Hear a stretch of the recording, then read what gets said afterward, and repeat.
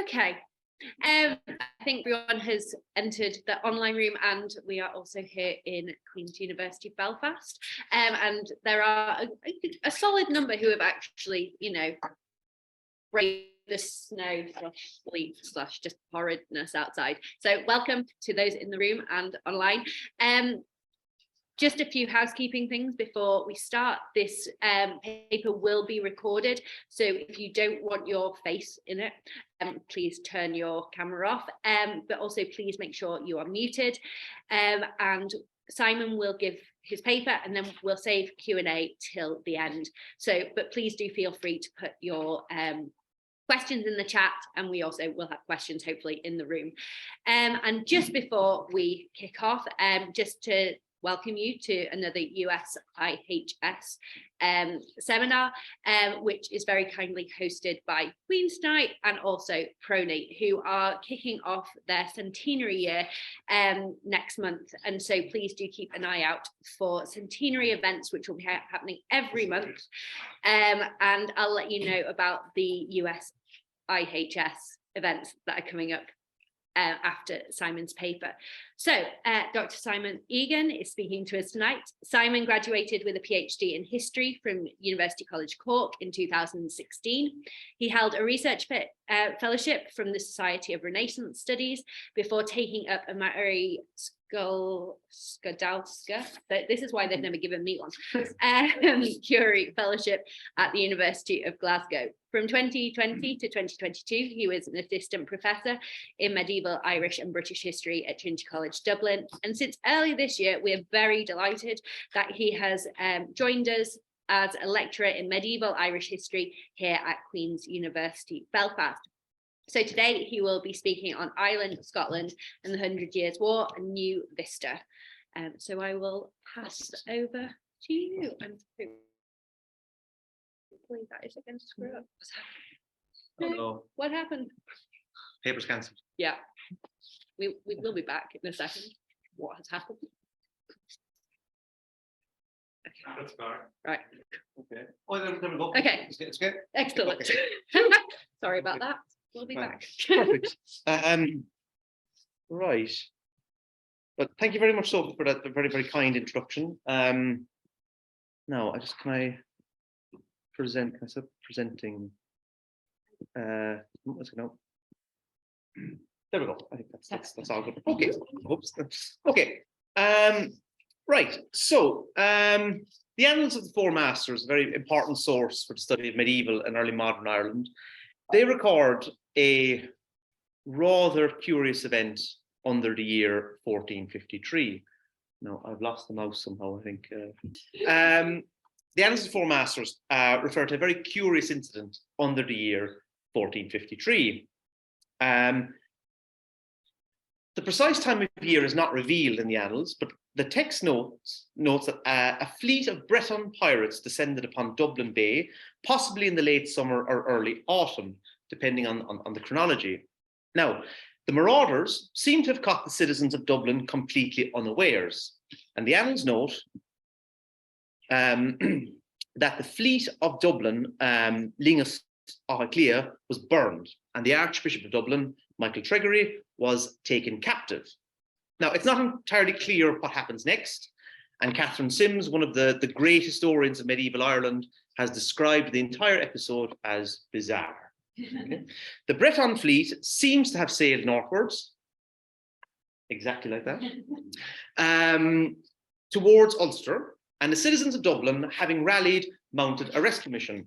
Somehow, we don't really know how, Tregery either escaped or was released by his captors, and bizarrely ended up on the east coast of Ulster, in the middle of a war zone. In the summer of 1453, the Eniel of Clandeboy, or Clowney-Abui, had a powerful branch of the main Eniel dynasty in Ulster.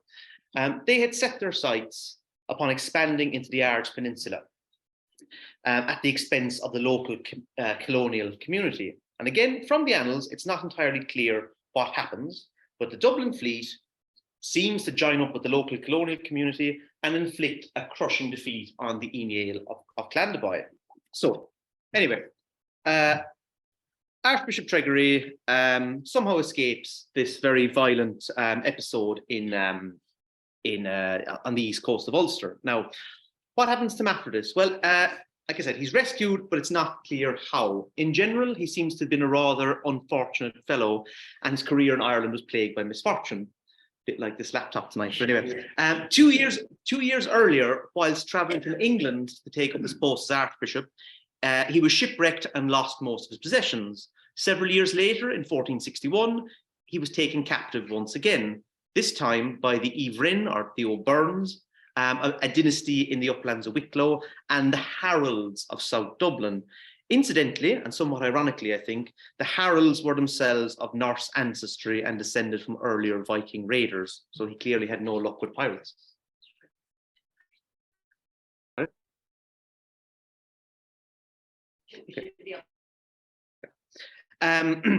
Now, the Archbishop, anyway, he ends up in excommunicating these two families for their ill treatment of him while he was in captivity. That being said, he was somewhat of a bellicose individual himself. After he's ransomed from these two families, he's accused of stealing one Fitzwilliam's halberd, which he later has to get a royal pardon for. In any case, he dies in 1471 and was buried in St. Patrick's Cathedral. Now, I'll come back to the relevance of Tregury's unfortunate career shortly. Returning to the episode of 1453, the actual raid on Dublin, the renowned scholar of kind of the Irish Annals, translator John O'Donovan, he translated the Annals entry, the Breton raid. He translated Bretonnichiv as Welsh originally rather than Bretons. Now, the word Bratanig is usually used to describe Welsh people, and given the context, it seems extremely unlikely that this was a Welsh fleet. Okay, it appears to have been a very sizable raid, one that took the citizens of Dublin completely by surprise. Now, no Welsh lineage in the 1450s had the resources to mount such an expedition, and also, why would the Welsh attack Dublin? The Bretons, on the other hand, were well known to frequent Irish waters during the first half of the 15th century. Alongside French, Castilian, and Scottish rovers, they raided English settlements along the eastern and southern seaboards from Dundalk and Drogheda, south to Waterford and Cork. So the assault in Dublin in 1453 should, I would argue, be viewed within the context of the English collapse in France in the wake of the Battle of Castillon in 1453. The raid being but one of many instances where the politics of the conflict, more commonly known as the 100 Years' War, intersected with Irish affairs and those of the wider Irish Sea world. Now, aside from a handful of exceptions, on which I'll say more shortly, fairly little research has been carried out on Ireland and the wider Irish Sea world's interaction with the 100 Years' War. Now, there are a number of reasons underpinning this, chief among them being the assumption that Ireland was simply not of strategic value to England's enemies. So, writing in 1981, Robin Frame had the following to say on Ireland and the 100 Years' War. Ireland and the 100 Years' War might, with some justification, be accounted a non-subject. Frame gave several reasons for this assertion. Firstly, he argued that the French monarchs displayed little interest in fomenting unrest in Ireland. For example, in 1359, when Jean the Dauphin, who's the heir to the French throne, he discussed the possible invasion of England with King Valdemar III of Denmark. Both men considered, invading England through Scotland or capitalising on rebellions in Wales, but neither, it seems, took events in Ireland into consideration. Secondly, Frame has also suggested that there is no evidence that the English administration of Ireland ever considered an invasion likely. Now, Frame is primarily a scholar of the 14th century, and he's largely talking about events from the 1330s through to the 1360s. What about the later period? Well, Jonathan Sumption, who's another leading authority on the conflict, has taken this notion kind of further and stated that Ireland was always a politically marginal factor in England's relations with other European powers. The Gaelic Irish were never a threat to England itself, nor was the island ever likely to be a backdoor route for invasion as Wales and Scotland were. Now, this line of reasoning it overlooks the fact that the English crown has a sizable lordship in Ireland. While the Irish may not have been capable of attacking England itself, they were certainly more than capable of doing damage to the crown's Irish holdings. I'll talk about this later in the paper. So these are just two of the more extreme views, if you like, and I use that in inverted commas, extreme views on Ireland and the 100 Years' War. And I should point out, is one of the great historians of later medieval Ireland, and he was one of the first historians to kind of challenge this traditional narrative of English decline in the 14th and 15th centuries, and very much demonstrated that English power continued to be exercised effectively across large areas of the island through its colonial nobility. And he's also been very important for in prompting other historians to rethink Ireland's relationship with its insular neighbours. The last 2 decades in particular, and building upon the scholarship of Frame, it's witnessed a growing interest in what we would call the Plantagenet or wider English world model. So scholars like Peter Crooks, Brendan Smith, David Green, Andrea Ruddick, just to name a handful, they've located the development of English power in Ireland within a wider framework of interpretation. And special attention has been devoted to exploring colonial Ireland, that's the English lordship of Ireland, its position within and relationship to the wider English empire. Now, these studies, this broader approach, it's offered new insights into the evolving relationship between the English of Ireland and the other communities of the wider English world, like Gascony, Wales, Cornwall, the Channel Islands. And it's revealed quite a lot about law, trade, commerce, factionalism, and local identity. So the idea being the English of Ireland very much view themselves as being English in the later Middle Ages. So while these approaches have yielded new insights or understanding of later medieval Ireland, they do have some notable limitations when it comes to exploring the various lateral connections that developed outside of English control, namely cross-channel connections between Ireland and Scotland, the Gaelic communities of Ireland and Scotland in this period. And secondly, little attention has been devoted to exploring how events within this kind of wider Gaelic world, Ireland and Scotland, how events in these regions can impact and impinge upon the affairs of the English Empire, shall we say. Now, scholars have again, there has been some attention devoted to exploring. Sorry, apologies, Simon. We're still not seeing the slides on the Zoom. So. Right. We're just going to do it that you can see it behind you though. Is that a flipped image though? Is that like a We're still seeing slide 3, so we are, sorry. Slides.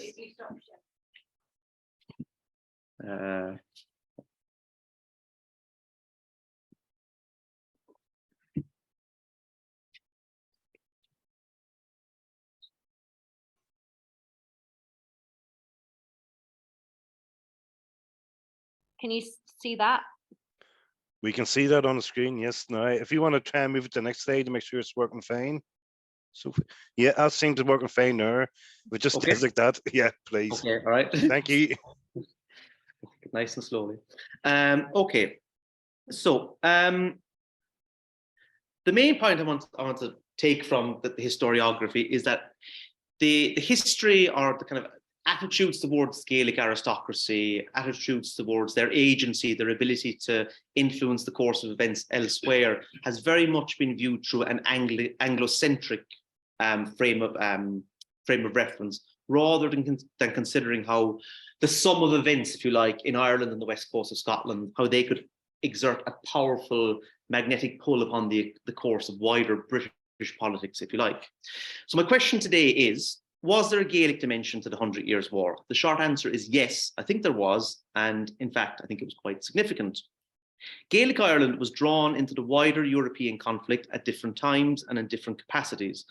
Moreover, I would argue we cannot fully understand the reasons why parts of the island were drawn into this conflict without looking at Ireland's evolving relationship with both the English crown and the Kingdom of the Scots, and in some cases, Wales. Now, the involvement of the Gaelic Irish nobility in the conflict was shaped as much by events in Scotland as it was by the activities of the English in Ireland. Okay, we can apply a similar logic to the involvement of the Gaelic-Scottish in the conflict. Now, Wales, by comparison, it does not offer much in the way of connections in terms of the Irish and Scots interacting with one another and becoming involved in the 100 Years' War. Wales, it does offer some very fascinating parallels with regards to Irish and Scottish involvement, which I will mention towards the end of the paper, but I'm happy to talk about that in more detail in the questions. So I want to explore this view from the West, if you like, along a series of interrelated themes and questions. So first of all, looking at political connections. How and why are the Gaelic nobilities of Ireland and the west of Scotland drawn into the conflict? Okay? How do we measure their involvement? What is their contribution to the conflict? And can we determine what regions are drawn into respective English and or French and Scottish camps? So when I talk about French or Scottish, the regions that are maybe within the sphere of influence of the Valois monarchs or Scotland's Stuart monarchs. Now, I should also point out here that scholarship on the 100 Years' War has come on in leaps and bounds in the last 20 years. And this idea that the conflict was a binary Anglo-Scottish war has very much been debunked. And the conflict is now viewed as a series of overlapping and interlocking wars that spread across the continent. So while Western Europe and Northern France in particular might be the cockpit of this conflict, historians have demonstrated that proxy wars took place in the Iberian Peninsula and other parts of Europe stretching from the south of Spain to Naples and from the Balkans to Scandinavia. Scotland's role within this kind of developing thread of research, Scotland's role as an ally of France is very much acknowledged. Wales is very much seen as an important recruiting ground for the English.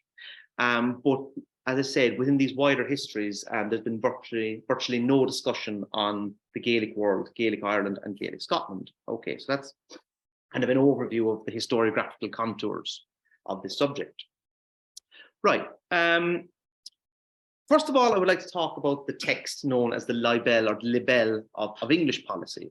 The libel is an important 15th century political treatise surviving in 18 different manuscripts. It follows a rhyme-rhyme structure and contains over 1,100 rhyming couplets. Now, although the identity of the author remains uncertain, the text has been dated to the late 1430s. It composed in the wake of the Franco-Burgundian Treaty of Arras in 1435, and it was set against the backdrop of declining English fortunes in the 100 Years' War. That's the context in which the poem was written. The poem itself, it bemoans England's growing economic and military vulnerability within Northern and Western Europe. And of all the texts produced during the early 15th century, I think this one best encapsulates how events in Ireland and the wider Irish Sea world had the potential to intersect with the politics of the 100 Years' War. Now, the libel seems to have been a popular text in the late medieval period, and it appears to have been relatively widely read throughout the early modern period as well, well into the 17th century, largely for its advice and its arguments on sea power. A sizable body of work has been completed on this text, though largely from a literary perspective. Sebastian Sebecki has written a great deal on this. Now, by comparison, very little has been said on the conflict's Irish dimension. It's generally accepted that James Butler, the fourth and so-called White Earl of Ormond, had a hand in the composition of the text. I'll say more on him shortly. Michael Bennett has written, done a little bit of work on the text, and he's emphasised its link with the later treatises, the later political treatises of the Tudor period. But that being said, the idea that Ireland, and more importantly, the Gaelic Irish nobility, the idea that they could be drawn into the 100 Years' War has largely been dismissed within this scholarship. The argument is that the Irish dimension is grossly overstated in the text. Nobody has looked at the Irish dimension in any detail. Why did the Irish feature so prominently in the text? Now, the poem is mainly concerned with protecting English mercantile interests and bolstering England's naval power. It has a lot to say on Irish affairs, as well as the island's relationship with its insular neighbours, Wales and Scotland. Now, rather than viewing each realm in isolation, the author of the libel regarded the Irish, Scots and Welsh from a collective standpoint. The author believed that these communities had the potential to work in unison and pose a serious challenge to England's position within the archipelago. The section dealing with Ireland occupies a very sizable chunk of the text, about 13% overall, and it covers several topics, including the island's seemingly vast and untapped natural and ecological resources, as well as the island's strategic position and its relevance. This is a really important point, the relevance to England's international security. Now, there are a few passages that I want to look at in a little bit more detail. Firstly, it's clear that the author of the text viewed Ireland as something worth exploiting from an economic perspective. They go on to recount the richness of the island. Commodities of it I will entail: hides and fish, salmon, hake and herring, Irish woolen and linen cloth, faldings, cloaks, and martins good being here in merchandise. Hertis hide and hides of veneer, hunting, skins of otter, squirrel and Irish hare, of sheep, lamb and foxes here shafare, so there's plenty to trade, fells of kid and cunnies great plenty. For silver and gold, there is ore. So the idea is there's plenty of natural resources to tap into gold and silver, according to the author of this text. Now, so start off again, it talks about the economic value of Ireland, first of all, of the colony there. It then moves on to discuss the range of military threats facing the English in Ireland. For they have great and goodly bays, sure wide and deep, and of right good assay, at Waterford and coasts many one, and as men say in England, there be none more better havens for ships in to ride, nor none more sure for enemies to abide.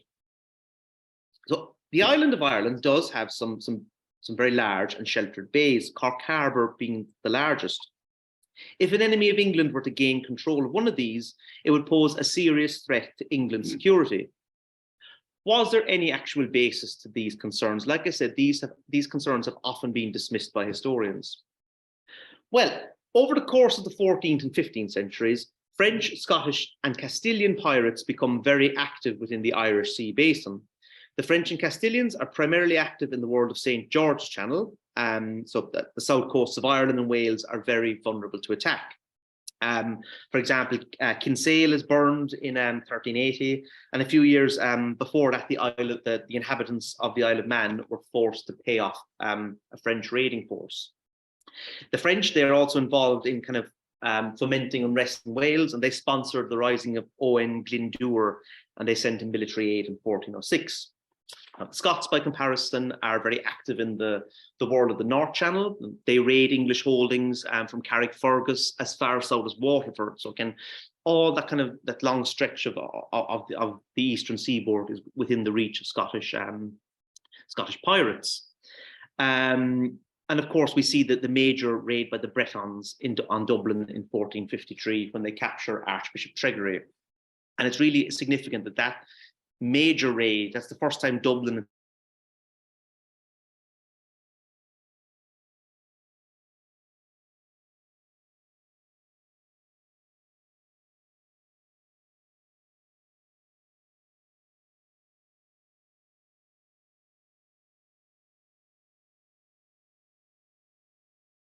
And the fear that the south coast of Ireland are vulnerable, it never goes away. It becomes a central factor influencing policy right through the Tudor period. But that's kind of a story for another day. Okay, so what else does the libel have to say on Irish affairs? Well, the libel devotes a reasonably detailed section to describing the indigenous Irish, and most of it is quite disparaging. The Irish are viewed through the familiar lens of barbarity. They're described as being wild and completely lacking in the skills needed to exploit the island's resources. Now, that being said, the author is not so quick to discount the growing military power of the Irish. They note that the wild Irish so much of ground have gotten, they are upon us, as likeliness may be, like as England to shires 2 or 3, of this our land is made comparable. So wild Irish have won on us unable, it to defend, and of none power, that our ground there is a little corner to all Ireland in true comparison. So again, we get an image of the actual effective reach of the English lordship of Ireland has been reduced to a little corner by the 1430s, according to this author. Now, not unlike the threat posed by French or Scottish pirates, the description of the Gaelic Irish here is rooted in reality. Over the course of the later medieval period, the Gaelic Irish, they become more powerful. There's a very lively debate in this, and I'm not going to say much more, save that the effective reach of English power in Ireland, it becomes increasingly confined to the eastern and southern seaboards in the later 14th and 15th centuries. Now, as you can see from the map, Gaelic Ireland was, of course, a fragmented society, a patchwork of dozens of different lordships, each jostling with one another for regional dominance. Certain dynasties, okay, a select few, were capable of imposing their will upon their neighbours and carving out sizable regional hegemonies. Others had far greater territorial ambitions and sought, in some cases, they sought to re-establish the old 12th century provincial kingships, or mirrors of them at least.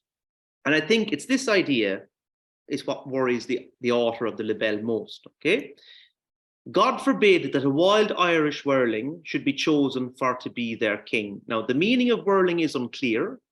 It has been translated by some scholars as a stunted creature, but I've also heard suggestions that it could denote some kind of warrior or leader, okay? So in any case, the author, he outlines a very grim scenario. Should an Irish warlord emerge dominant on the island, the English of Ireland would be powerless to resist him. Moreover, this whirling would be able to hinder us by other lands alliance, i.e., an Irish warlord could forge an alliance with the French or with the Scots, with one of England's enemies.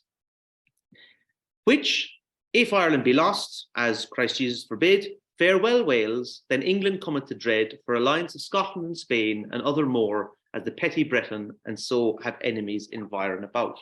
In essence, the author has described England's complete geopolitical encirclement in northwestern Europe. And critically, the Irish form a key element in this threat. But is there any basis to these concerns? Did a wild Irish whirling exist? And is there any evidence to suggest they were willing to negotiate with England's enemies? I would say yes, that these fears are very much grounded in reality. So first of all, do we have any candidates for the wild Irish whirling? I've narrowed it down to two possibilities. Let's start with Art MacMurrough Cuevánach, Art MacMurrough Kavanagh, King of Leinster.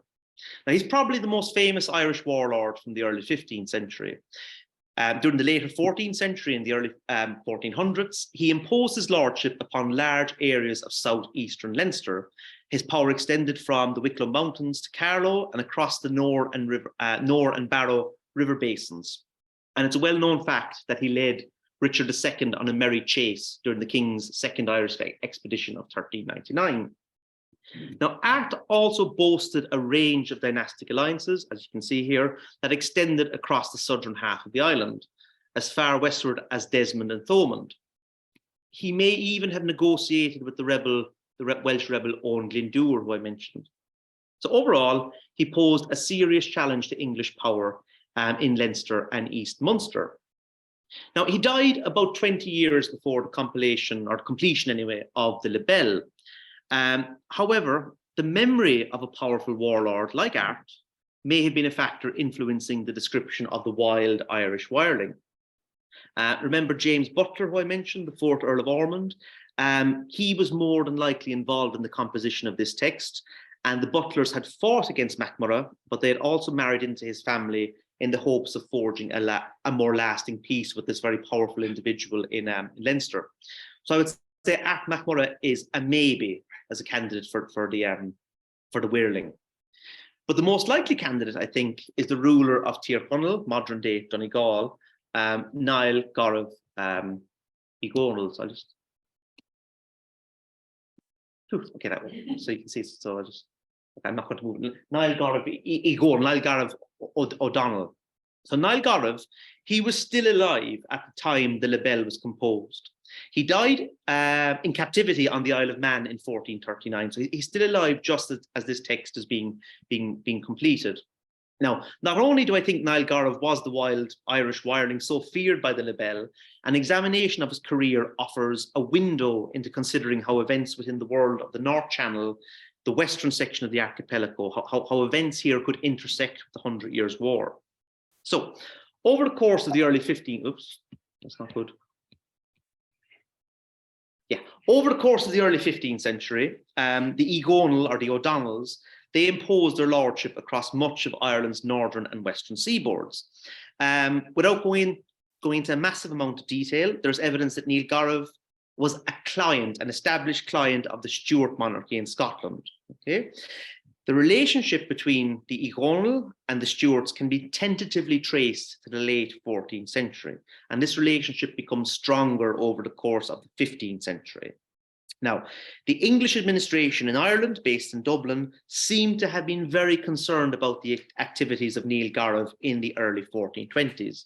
Again, going back to James Butler, the 4th Earl of Ormond, he served as the Crown's Irish lieutenant on several occasions during the early 15th century. And in 1424, he claimed to have intelligence that Niall Garbh had confederated with the Scots to conquer Ireland.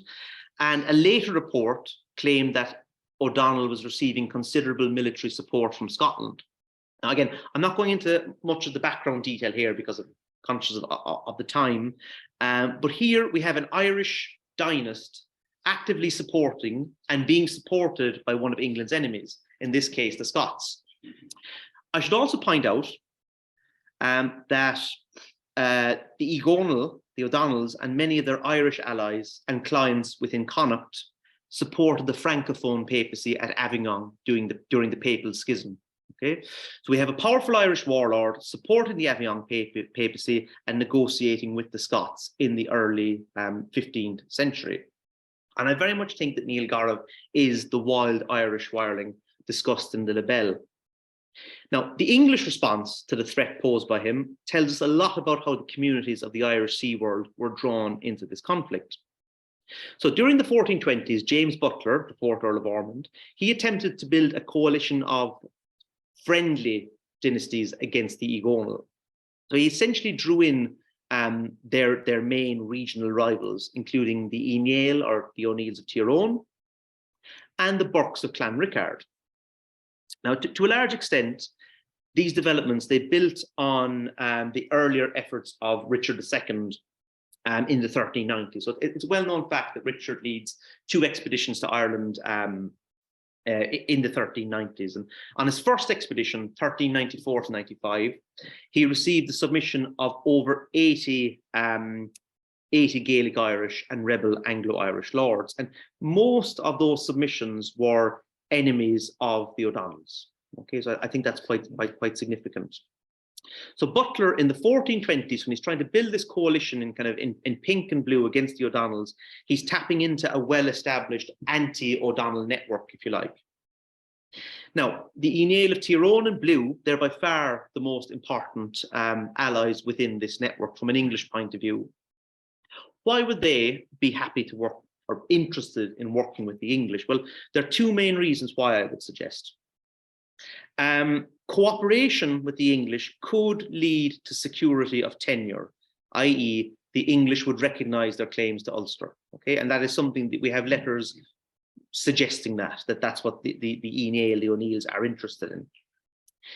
They can also harness English support, English military support in subduing parts of Ulster that they want to control. And this is something that they do pursue later on. So there's some of the reasons why these Irish families, anyway, they're drawn into the English orbit. It's a relationship based on containing the O'Donnells, but also maybe with a view to creating a more durable, long-lasting relationship or alliance. And I should also point out that the Eniel in blue and the crowd in pink, and there's a few more not coloured in the map, they all support the Roman papacy. So in green, supports papacy at Avignon, blue and a few more support, basically England's allies in Ireland, or England's clients support Rome, Scotland's clients support Avignon. So we're potentially seeing wider European battle lines being imposed upon these Western regions. Okay, what about Scotland? So I mentioned, the various French, Scottish, and Breton raids within the Irish Sea Basin during the 14th and 15th centuries. Now, English naval power in these regions was not particularly impressive. So instead, the English take steps to bolster their influence through different types of media. Now, over the course of the 14th and 15th centuries, the English are very successful at negotiating with the MacDonald Lordship of the Isles. The Lordship of the Isles is a very powerful entity, and by 1400, it encompasses the entire Hebridean archipelago, as well as a sizable chunk of Ross-shire in the Northern Highlands. Now, recent years have witnessed something of a renaissance in studying the Lordship of the Isles and the nobility of the Highlands and Islands more generally. And there's been a strong tendency to emphasize the Lordship's integration within the governing structures of the Kingdom of the Scots. The first Lord of the Isles, John MacDonald, his father or possibly grandfather had died fighting for Robert Bruce in Ireland in 1318. And John himself was married into the Stuart dynasty, the Royal Stuart dynasty. So his son Donal, John was married to Margaret, who was a daughter of Robert II. Their son Donal, the second Lord of the Isles, he was a royal prince. He was of royal blood. Okay, so they do have a very close relationship with the Scottish monarchy, dynastically and historically. But in the 14th century, in the 15th century, this relationship, to my mind anyway, becomes a lot weaker. We see a series of ruptures, and the Lordship of the Isles becomes an established client of the English. That's something that's not really discussed in the more recent wave of Scottish historiography. Okay, so scholarship on the Lordship of the Isles in blue tends to be quite eastward facing. Little attention is paid to the Lordship's relationship with the English, or its extensive dynastic interests in Ireland, which I'm going to talk about shortly. So like I said, the Lordship, over the course of the 14th century, it develops, I suppose, an established pattern of relations with the English. John, the First Lord, he supported Edward III and his puppet King of Scots, Edward Balliol, during the Scottish Civil War, known as the Wars of the Disinherited. And he also negotiated with Richard II and helped pave the way for his John's second-born son, John Moore, to acquire the Lordship of Antrim, the Seven Glens of Antrim, as they're known, sometime in the 1390s. And this gives the MacDonalds lands in two realms, and Scotland and Ireland. And to my knowledge, they're the only family within the Irish and British Isles outside the English nobility to have lands in multiple realms at this point. Okay, we do have people like the Mortimers or the Butlers who have lands in Ireland and England, but outside of the actual English nobility, the MacDonalds are the only family to have lordships in two different jurisdictions.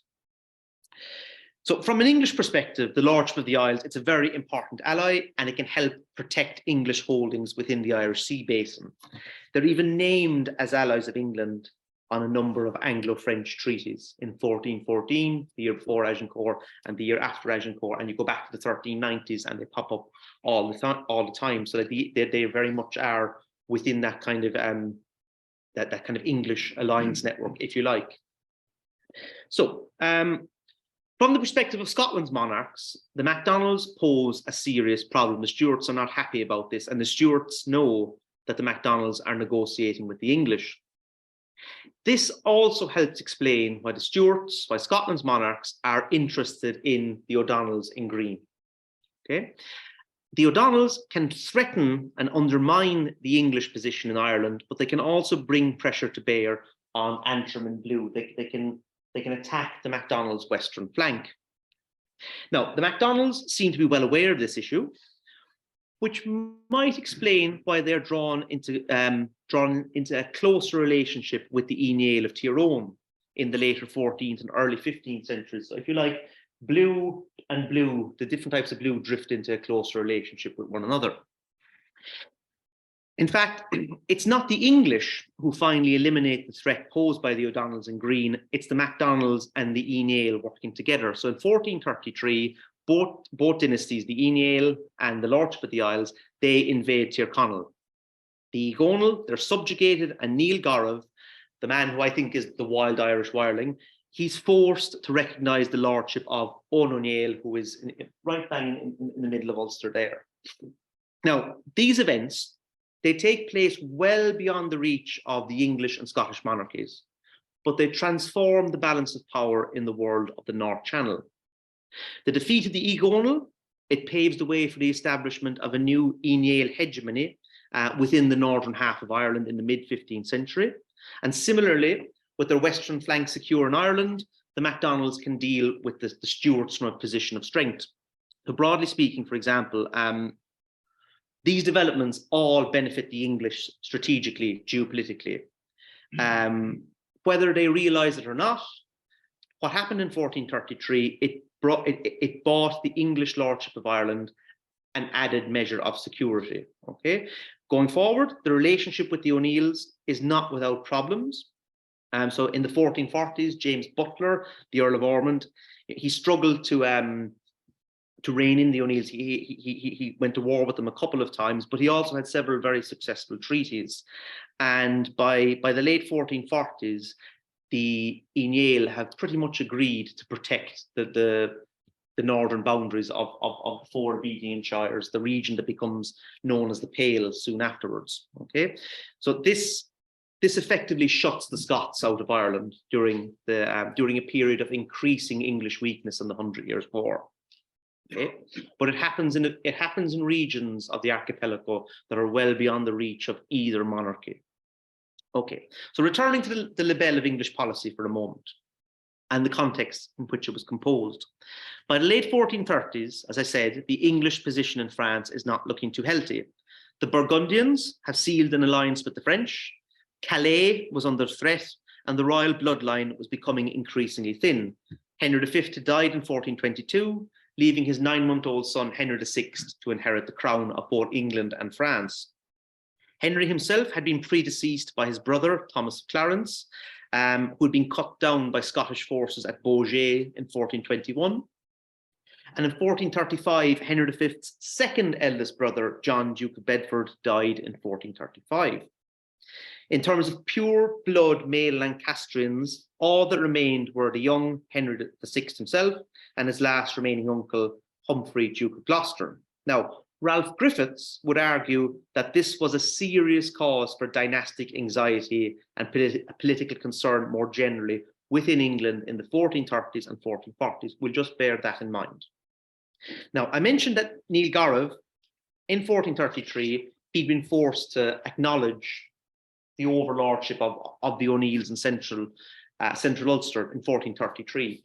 The following year, 1434, he gets himself captured during a raid on Leinster by the English. He's taken to London. This doesn't happen to normal Irish lords. He gets taken to London for a period, and then he's moved to the Isle of Man. During his absence from Ireland, his lordship in Donegal, it's ruled by his younger brother, Neachtan O'Donnell, who again continues to acknowledge the supremacy of the O'Neills. But by 1439, maybe a little earlier, Neachtan seems to have negotiated the ransom of his brother. Okay, so the idea is Neachtan was willing to pay the English what they were asking, so Neil Garav would be released from the Isle of Man.